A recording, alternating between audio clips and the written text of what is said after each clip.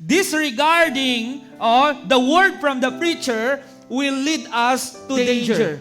Ang pagtalikod o kung ang pagbaliwala sa wali, sa manugwali, it will lead us to danger.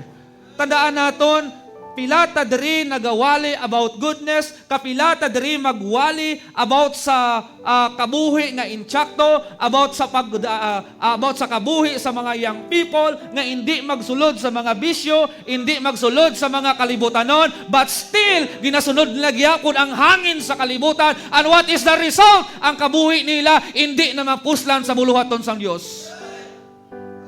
Kay man nga the first wala nagpamati sa wali. Amo na ang importante nga amay wali para matadlong ang aton nga kabuhi. Kay ang aton nga kabuhi, we are good in our sight.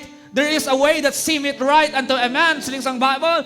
Abi naton intsakto, abi naton kita maayo, pero ang ending gali, tiko ang ending gali, destruction, but kinahanglan naton word of God nga makatadlong sang aton nga kabuhi. And sometimes many people today ara sa distraction, ara sa kabudlayan. In the first place, number one reason, they do not listen to the Word of God.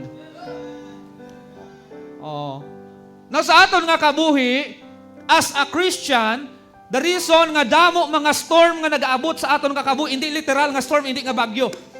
Mga storms ang problema, storm sa kapigaduhon, storm sa mga balatian, storm sa mga pagtilaw sa aton nga kabuhi, nga nagaabot na sa aton because number one reason, wala kita nagapamati sang pulong sang Dios.